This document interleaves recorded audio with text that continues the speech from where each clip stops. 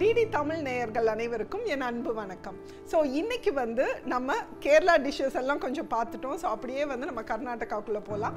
So கர்நாடகாவில் உள்ள special dishes பார்க்க போகிறோம். ஸோ இது நம்ம மேங்களூர் சைடில் ரொம்பவே ஃபேமஸ் ஆன கீ ரோஸ்ட். இதை குந்தப்பூர் கீ ரோஸ்ட்னு சொல்லுவாங்க. ஏன்னா இது குந்தப்பூர்ன்ற ஏரியாவில் தான் ஃபர்ஸ்ட் செய்ய ஆரம்பித்தாங்க.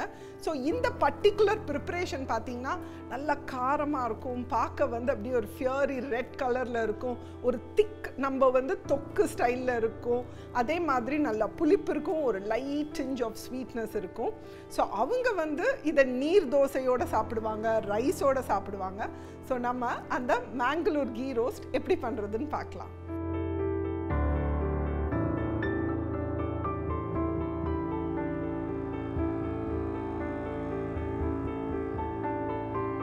ஸோ இந்த மேங்களூர் கீ ரோஸ்ட் நம்ம சிக்கன் வச்சு பண்ண போகிறோம். இதை நீங்கள் ப்ரான் வச்சு பண்ணலாம், மஷ்ரூம் வச்சு பண்ணலாம், பன்னீர் வச்சும் பண்ணலாம். ஸோ இங்கே நான் போனோடு இருக்கிற chicken 1/2 kilo chicken medium size பீசஸாக வெட்டி வச்சுருக்கேன். So 1/2 kilo chicken. இது இல்லாமல் நம்மளுக்கு 2 டேபிள் ஸ்பூன் தயிர், 1 டீஸ்பூன் இஞ்சி பூண்டு விழுது, ஒரு பெரிய வெங்காயம் நீளமாக வெட்டி வச்சது, நம்மளுடைய காரத்துக்கு ஏற்ற மாதிரி ஒரு 10 காஷ்மீரி சில்லி. சப்போஸ் உங்களுக்கு நல்ல காரம் வேணும்னா ஒரு 2-3 காஷ்மீரி சில்லிக்கு பதிலாக நீங்கள் ரெகுலர் சில்லி கூட யூஸ் பண்ணிக்கலாம். அதோட நம்ம வறுத்து பவுட்ரு பண்ணுறதுக்கு ஒரு 10 பல் பூண்டு, 1 டேபிள் ஸ்பூன் முழு தனியா, பட்டை, கிராம்பு, வெந்தயம், சீரகம், மிளகு, கொஞ்சமாக கருவேப்பிலை, மஞ்சத்தூள், ஒரு சின்ன கோழிக்குண்டு அளவுக்கு புளி, அதே அளவுக்கு வெல்லம், ப்ளஸ் இந்த கீ ரோஸ்ட் செய்கிறதுக்கு நல்ல ஃப்ளேவர்ஃபுல்லான நெய் ஒரு 2-3 டேபிள் ஸ்பூன். இதுதான் நம்மளுக்கு தேவை. ஸோ ஃபஸ்ட் நம்ம இந்த சிக்கனை மேரினேட் பண்ணி வச்சிடலாம். ஸோ இந்த சிக்கனை மேரினேட் பண்ணுறதுக்கு இந்த நம்ம எடுத்து வச்ச அந்த 2 டேபிள் ஸ்பூன் தயிர் ஆட் பண்ணிக்கலாம். கூடவே இஞ்சி பூண்டு பேஸ்ட், ப்ளஸ் மஞ்சத்தூள். ஸோ இந்த தயிர், இஞ்சி பூண்டு பேஸ்ட்டு இதிலெல்லாம் போட்டு மேரினேட் பண்ணும்போது உங்களுக்கு ஃப்ளேவரும் நல்லாயிருக்கும், ப்ளஸ் அந்த சிக்கனும் நல்லா சாஃப்டாக வரும். ஸோ தேவையான அளவுக்கு உப்பு இதெல்லாம் போட்டு நான் இதை மேரினேட் பண்ணி ஒரு 1/2 அன் ஹவராவது நம்ம வச்சிடணும்.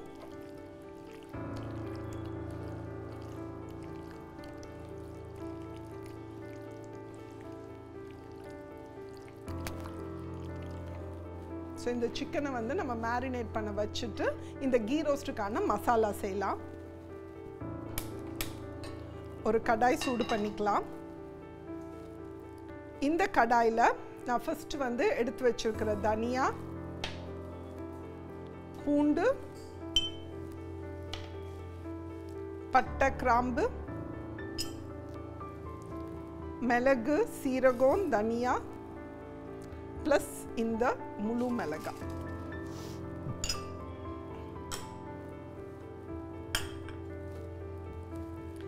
இதை நம்ம வெறும் கடாயில் போட்டு வாசனை வர வரைக்கும் வறுக்கணும்.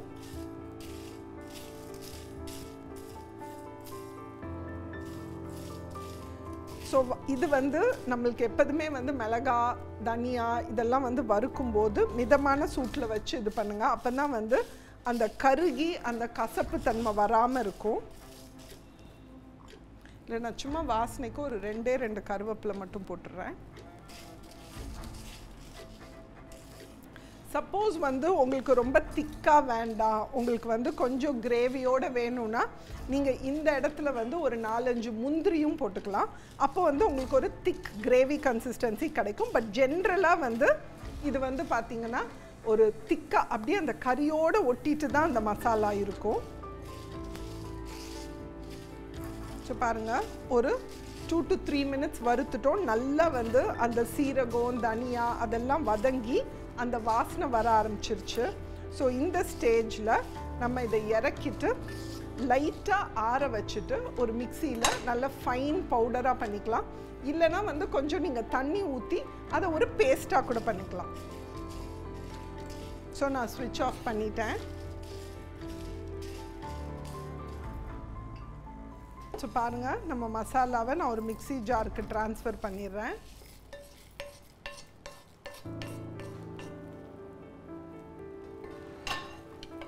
ஸோ நம்ம எடுத்து வச்சுருக்கிற அந்த கோழி குண்டு சைஸ் புளியையும் இதில் போட்டுடலாம். போட்டு இதை நல்லா ஃபைன் பவுடர் ஆக்கிடலாம்.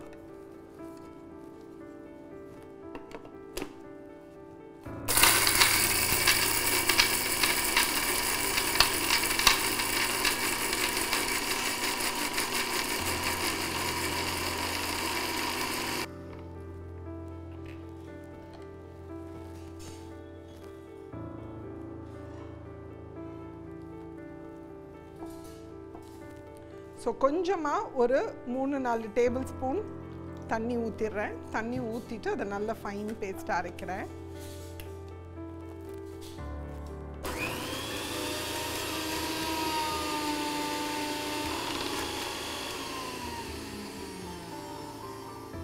ஸோ நம்மளுடைய அந்த மேங்களூர் கீ ரோஸ்டுடைய இல்லை குந்தாப்பூர் கீ ரோஸ்டுடைய அந்த பேஸ்ட் வந்து நல்லா ரெட் கலராக ரெடி ஆயிடுச்சு பாருங்கள். ஸோ இப்போது நம்ம தாளிக்க ஆரம்பிச்சிடலாம். ஸோ ஃபஸ்ட்டு கடாய் சூடு பண்ணுங்கள். ஸோ கடாய் சூடானோடனே 2 டேபிள் ஸ்பூன் நெய் ஆட் பண்ணிடலாம். ஸோ இந்த டிஷ்ஷுக்கு வந்து ரொம்ப இம்பார்ட்டன்ட் டேஸ்ட் கொடுக்கறது நம்ம நெய்யும் கூட. ஸோ நெய் வந்து அட்லீஸ்ட் 2 டேபிள் ஸ்பூன் தேவைப்படும். நெய் சூடான உடனே வெங்காயம் ஆட் பண்ணிக்கோங்க. இந்த வெங்காயம் வந்து நல்லா பொன்னிறமாகணும். ஸோ கொஞ்சம் கருவேப்பிலை ஆட் பண்ணிக்கலாம். அந்த நெய்யில் வந்து அந்த வெங்காயம் பொரிய ஆரம்பிச்சோன்னே செம ஸ்மெல் வர ஆரம்பிச்சிடும்.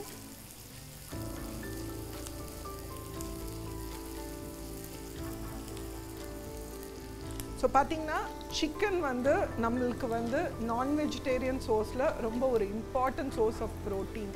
ரொம்ப வந்து அதில் ஃபேட் கிடையாது. ஸோ கண்டிப்பாக வந்து சிக்கனை வந்து ஃப்ரீக்வெண்ட்டாக நம்ம டயட்டில் வந்து நம்ம சேர்த்துக்கலாம். எஸ்பெஷலி வந்து நீங்கள் தோல் இல்லாத சிக்கனாக வாங்கினீங்கன்னா அதில் ஃபேட் வந்து ஆல்மோஸ்ட் வந்து மினிமல். ப்ளஸ் வந்து நிறைய பேர் என்ன பயப்படுறீங்க அப்படின்னா வந்து சிக்கன் வந்து இப்போ வந்து ஹார்மோன்ஸ் கொடுத்து அந்த சிக்கனை பெருசாக்குறாங்க. அதனால வந்து பிள்ளைங்களுக்கு சீக்கிரம் வந்து ஏஜ் அட்டன் பண்ணுறாங்க, பியூபர்ட்டி சீக்கிரம் வருது, இல்லை அந்த ஹார்மோன்ஸ் வந்து நம்ம உடம்புக்கு நல்லதில்லை, இல்லை ஸ்டீராய்ட்ஸ் கொடுக்குறாங்க. இப்படி எல்லாம் வந்து நிறைய பேர் சோஷியல் மீடியாவில் இல்லை வந்து டாக்குமெண்ட்ரிஸ்லலாம். பட் ஆக்சுவலாக பார்த்தீங்கன்னா உங்கள் சிக்கனுக்கு வந்து அவங்க ஹார்மோன்ஸ் கொடுத்தாலும் சரி, இல்லை வந்து ஸ்டீராய்ட்ஸ் போட்டாலும் சரி, அந்த கோழி வந்து இறந்து அதை நீங்கள் குக் பண்ணும்போது இது எல்லாமே இன்ஆக்டிவேட்டட் ஆயிரும். ஸோ அதனால வந்து நீங்கள் இந்த மாதிரி தேவையில்லாத பயம் வந்து நம்ம பயப்படக்கூடாது. பயப்பட்டுட்டு அதனால வந்து ஒரு நல்ல ஹெல்த்தி சோர்ஸ் ஆஃப் ப்ரோட்டீனை வந்து நம்ம வந்து அவாய்ட் பண்ணக்கூடாது. ஸோ தாராளமாக வந்து நீங்கள் சிக்கனை வந்து சேர்த்துக்கலாம். அண்ட் அதே மாதிரி இந்த பறவை காய்ச்சல்லாம் வரும்போது எல்லாரும் வந்து ஐயோ சிக்கன் வந்து சிக்கன்னால தான் பரவும் அப்படின்னு. நீங்கள் சிக்கன் சாப்பிட்றதுனால பரவாதுங்க. அது வந்து நீங்கள் லைவ் சிக்கனோட நீங்கள் வந்து இன்ட்ராக்ட் பண்ணிங்கன்னா, ஒரு கோழி பண்ணையோட போய் இன்ட்ராக்ட் பண்ணுறீங்க, இல்லை உயிரோட கோழி இருக்கிற இடத்துல நீங்கள் இன்ட்ராக்ட் பண்ணிங்கன்னா இன்ஃபெக்ஷன் வர்றதுக்கு சான்சஸ் இருக்குது. பட் நீங்கள் வெறும் சிக்கன் மீட்டை வாங்கி வீட்டில் யூஸ் பண்ணிங்கன்னா அது வழியாக வந்து உங்களுக்கு இன்ஃபெக்ஷன் வராது. ஸோ அதில் ரொம்ப கிளியராக இருக்கும். ஸோ ஆல்மோஸ்ட் வந்து ப்ரௌன் ஆக ஆரம்பிக்குது. ஸோ இந்த ஸ்டேஜில் அரைச்சி வச்ச இந்த மசாலாவை நான் ஆட் பண்ணுறேன்.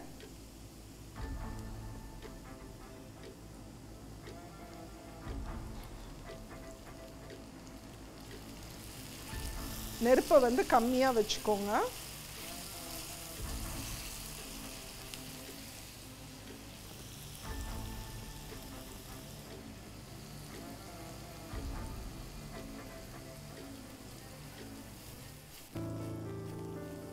ஸோ இந்த மசாலா வந்து அந்த எண்ணெயில் கொஞ்சம் நல்லா வதங்கட்டும். ஒன்று நம்ம எப்போதுமே வந்து இந்த காஷ்மீரி சில்லி யூஸ் பண்ணும்போது காஷ்மீரி சில்லியுடைய பச்சை வாசனை போகிறதுக்கு கொஞ்சம் டைம் எடுக்கும். ஸோ நீங்கள் காஷ்மீரி சில்லியை வந்து நல்லா அந்த எண்ணெயில் ரோஸ்ட் பண்ணால் தான் வந்து உங்களுக்கு வந்து அந்த பச்சை வாசனை போகும். ஸோ என்ன தான் நம்ம ஏற்கனவே வறுத்திருந்தாலும் இப்போ இதை ஒரு 2 to 3 minutes நம்ம வந்து வதக்கிடலாம் நெய்யில்.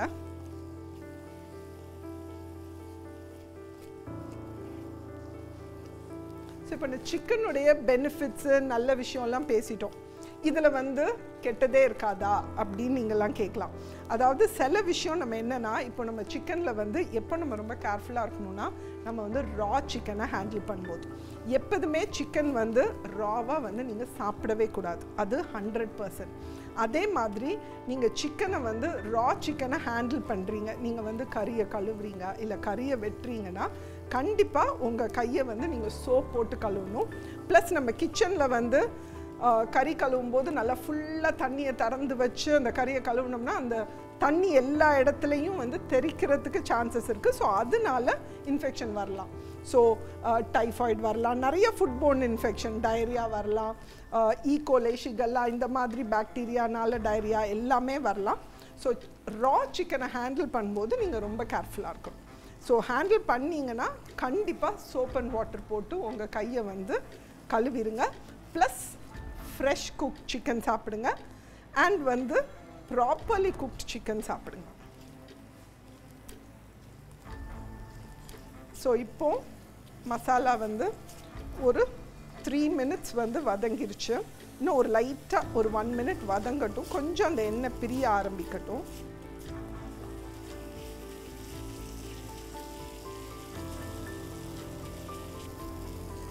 ஸோ இந்த ஸ்டேஜில் நம்ம மேரினேட் பண்ணி வச்சுருக்கிற சிக்கனை வந்து ஆட் பண்ணிக்கலாம்.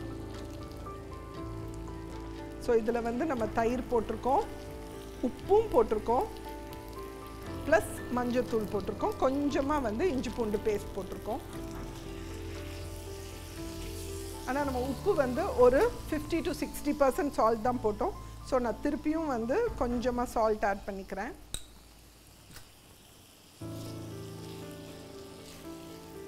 ஸோ இந்த நம்ம வதக்கின மசாலா சிக்கனை நல்லா கோட் பண்ணுற மாதிரி கிண்டி விட்டுருங்க.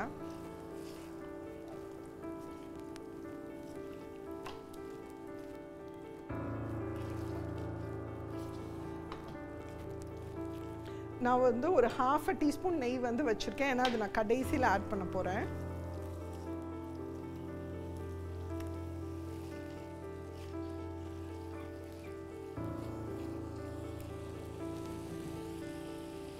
மசாலா போட்டு நம்மளுடைய சிக்கன் ஆல்மோஸ்ட் வந்து ஒரு 5 minutes வந்து அப்படியே சிம்மில் வந்து இந்த மசாலாவில் குக் ஆயிடுச்சு. இப்போ நான் லேசாக வந்து தண்ணி தெளித்து சிக்கனை வேகிறதுக்கு மூடி வைக்க போகிறேன். ரொம்ப தண்ணி தேவையில்லை, நம்மளுக்கு அடி பிடிக்காமல் இருக்கிற அளவுக்கு. ஸோ மேக்ஸிமம் வந்து ஒரு 1/4 டம்ளர் தண்ணி மேக்ஸிமம் அது இருந்தால் போதும். ஸோ நம்ம மூடி சிம்மில் வச்சிடலாம். ஸோ பார்த்தீங்கன்னா கர்நாடகாவில் வந்து எப்படி நம்ம ஊரில் நம்ம தமிழ்நாட்டில் எடுத்திங்கன்னா வந்து ஒவ்வொரு ஏரியாலையும் ஒவ்வொரு மாதிரி ஃபுட்டு இருக்கும். கொங்கு ஏரியாவில் வேறு மாதிரி ஒரு ஃபுட் இருக்கும். எல்லாமே வந்து வறுத்து தான் அரைப்பாங்க, தூளே யூஸ் பண்ண மாட்டாங்க. ஸோ செட்டிநாடில் நிறைய வந்து கொஞ்சம் ஸ்பைசஸ் தூக்கல சில டிஷ்ஷஸில் இருக்கும். ஸோ அந்த மாதிரி ஒவ்வொரு ஏரியாலையும் ஸோ இந்த ஃபுட் பார்த்திங்கன்னா நம்மளுக்கு மெயினாக வந்து அங்கே என்ன விளையுது, என்ன கிடைக்குது அப்படின்றதையும் யூஸ் பண்ணுவாங்க. ஸோ இந்த சிக்கனுக்கெல்லாம் பார்த்திங்கன்னா இல்லை இந்த கீ ரோஸ்ட்டுக்கு யூஸ்வலாக வந்து அவங்க வந்து பியாட்கி சில்லின்னு ஒன்று யூஸ் பண்ணுவாங்க. அது வந்து நம்மளுடைய காஷ்மீரி சில்லி மாதிரியே தான் இருக்கும், காரம் கம்மியாக இருக்கும், பட் நல்ல ரெட் கலர் கொடுக்கும். ஸோ நம்மக்கிட்ட எல்லாருக்கிட்டையும் பியாட்கி சில்லி இருக்காது, அதனால தான் வந்து நான் இந்த காஷ்மீரி சில்லி சொன்னேன். ஸோ இங்கே பார்த்தீங்கன்னா மேங்களூர் பக்கம்லாம் வந்து உங்களுக்கு இது அந்த உடுப்பி ஏரியா கோஸ்ட்டை ஒட்டி, ஸோ நிறைய சீ ஃபுட்டும் கிடைக்கும், ப்ளஸ் வந்து மண்ணும் ரொம்ப வளமாக இருக்கும். ஸோ அதனால் நிறையா அரிசி விளையும். ஸோ இவங்களுடைய டிஷ்ஷஸ் நிறையா வந்து அரிசியை பேஸ் பண்ணியிருக்கும். ஐதர் வந்து சாதத்தோடு சாப்பிடுவாங்க, இல்லைனா வந்து நிறைய டைப் ஆஃப் நீர் தோசை அவங்க நிறையா சாப்பிடுவாங்க. அதே மாதிரி வந்து கோவாவில் இந்த மேங்களூர்லலாம் வந்து சன்னாஸ்னு நம்ம இட்லி மாதிரி பட் கொஞ்சம் ஸ்வீட்டாக ஃப்ளஃபியாக இருக்கும். அதே மாதிரி கோரி ரொட்டின்னு ஒன்று சாப்பிடுவாங்க, அது வந்து நம்ம அப்பளம் மாதிரி இருக்கும் பட் அரிசியில் செஞ்சுருக்கோம். ஸோ இந்த மாதிரி நிறைய வந்து ரைஸ் பேஸ்ட் டிஷ்ஷஸ் வந்து இந்த coastal Karnataka, especially northern coastal கர்நாடகாவில் யூஸ் பண்ணுவாங்க. ஸோ நம்ம காமிக்கிற இந்த டிஷ் வந்து ஒரு நார்தர்ன் கோஸ்டல் கர்நாடகாவுடைய ஸ்பெஷல் தான். ஸோ அடுத்து வந்து ஒரு 10 minutes நம்ம சிக்கனை வந்து குக் பண்ண விட்டுலாம். ஸோ சிக்கன் வந்து இப்போ ஆல்மோஸ்ட் வந்து வெந்துருச்சு, ஒரு 90% வெந்திருக்கும், ஏன்னா வந்து ஒரு 15-20 minutes வெந்துருச்சு. ஸோ இந்த ஸ்டேஜில் நான் கொஞ்சமாக வெல்லம் எடுத்து வச்சுருக்கேன். ஸோ இந்த வெல்லத்தை வந்து நம்ம அப்படியே போட்டுடலாம், ஆட் பண்ணிடலாம். உங்களுக்கு சப்போஸ் வெல்லம் பிடிக்காதுன்னா நீங்கள் வெல்லத்தை வந்து ஸ்கிப் கூட பண்ணிடுங்க. ஸோ இப்போ வந்து சிக்கன் வெந்துருச்சு, பட் நம்மளுக்கு வந்து அந்த மசாலா வந்து அந்த சிக்கனோட ஒட்டிட்டு ட்ரையாக வரணும். ஸோ அதனால் இனிமேல் வந்து நம்ம சிக்கனை வந்து கவர் பண்ண வேண்டாம், திறந்தே வந்து ஒரு 3 to 4 minutes குக் பண்ணலாம். இந்த ஸ்டேஜில் நம்ம கடைசியாக போடுறதுக்குன்னு எடுத்து வச்சோம் பார்த்தீங்களா, அந்த 1 teaspoon நெய்யையும் ஆட் பண்ணிடுங்க. கடைசியாக இந்த நெய்யை ஆட் பண்ணும்போது வந்து உங்களுக்கு அது ஒரு நல்ல பியூட்டிஃபுல் ஃப்ளேவர் கொடுக்கும்.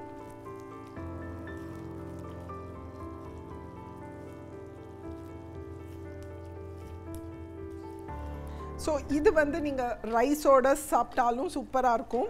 இல்லைனா வந்து நீர் தோசைன்னு ஒன்று பண்ணுவாங்க, அதாவது வந்து வெறும் வந்து பச்சரிசியை ஊற வச்சு அந்த பச்சரிசி ஆட்டும்போது வந்து கொஞ்சமாக தேங்காய் உப்பு போட்டு ஆட்டி நல்லா தண்ணியாக மாவை கரைச்சி நம்ம ரவை தோசை ஊற்றுற மாதிரி வந்து ஊற்றுவாங்க. ஸோ அப்படியே ஒரு ஹேங்கி மாதிரி வந்து சாஃப்டாக இருக்கும். ஸோ இந்த கிரேவியோடு உங்களுக்கு சாப்பிடும்போது வந்து சூப்பராக இருக்கும். ஸோ நீங்கள் நீர் தோசையோட கூட இதை நீங்கள் வந்து வீட்டில் செஞ்சு பார்க்கலாம்.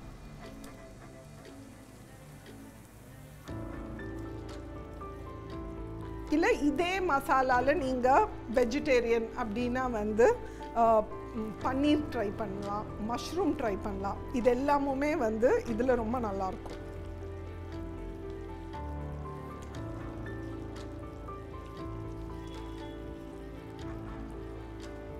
பாருங்கள், நல்லா வந்து திக்காக வந்து அந்த கிரேவி ரெடி ஆயிடுச்சு. ஸோ இந்த ஸ்டேஜில் வந்து நம்ம ஸ்விட்ச் ஆஃப் பண்ணிடலாம். நல்லா அந்த நெய் பிரிஞ்சு நல்ல ஒரு ஃப்ளேவரோடு அந்த வாசனை வருது. ஸோ இப்போ இதை சர்வ் பண்ணிடலாம். ஸோ நல்ல ஸ்பைசியாக ஒரு லைட்டாக ஒரு டச் ஆஃப் புளிப்பு, ஒரு டச் ஆஃப் இனிப்போட நம்மளுடைய மேங்களூர் கீ ரோஸ்ட் ரெடி ஆயிடுச்சு.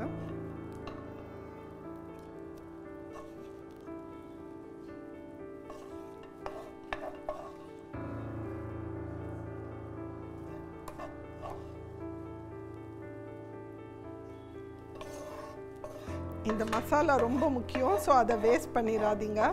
அந்த எண்ணெயோட அந்த மசாலாவை எடுத்து அப்படியே மேலே சர்வ் பண்ணிங்கன்னா அதில் நீங்கள் ரைஸை போட்டு பிணைஞ்சு சாப்பிட்டிங்கன்னா சூப்பராக இருக்கும். ஸோ நம்மளுடைய மேங்களூர் கீ ரோஸ்ட் சூப்பராக ரெடி ஆயிடுச்சு.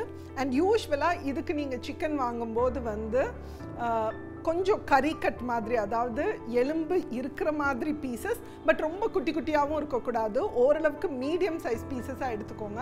அப்போ தான் அந்த மசாலாவில் நம்ம கொஞ்சம் நேரம் வேக வைக்கும்போது நல்லா அந்த ஃப்ளேவர் வந்து உள்ளே போகும். நான் ஏற்கனவே சொன்ன மாதிரி இது சிக்கனில் மட்டும் செய்யணும்னு கிடையாதுங்க, இது ப்ரான்ஸில் வந்து சூப்பராக இருக்கும், மட்டனில் ரொம்ப நல்லாயிருக்கும், பன்னீர், மஷ்ரூம், அதே மாதிரி வந்து நம்ம பலாக்கா, இதில் எல்லாத்துலேயுமே வந்து இந்த கீ ரோஸ்ட் வந்து ரொம்பவே சூப்பராக இருக்கும். அண்ட் நான் சொன்ன மாதிரி நீங்கள் வந்து இதை நீர் தோசையோடு சாப்பிட்டு பாருங்கள். இல்லை நீர் தோசை உங்களுக்கு பண்ண முடியும்னா நம்ம வீட்டிலலாம் பண்ணுற மாதிரி நைஸ் தோசை, இளந்தோசையோடு சாப்பிட்டீங்கனாலும் சூப்பராக இருக்கும். ஒன்றும் இல்லைன்னா ரைஸோட கூட சாப்பிடுங்க. ஸோ இந்த கர்நாடகாவுடைய மேங்களூர் ஸ்டைல் கீ ரோஸ்ட் கண்டிப்பாக உங்கள் வீட்டில் செஞ்சு பாருங்கள். ஏன்னா இது ரொம்பவே வந்து ஒரு வித்தியாசமான டேஸ்ட் நம்மளுடைய ரெகுலர் மட்டன் சிக்கன் ப்ரிப்பரேஷன்லேருந்து.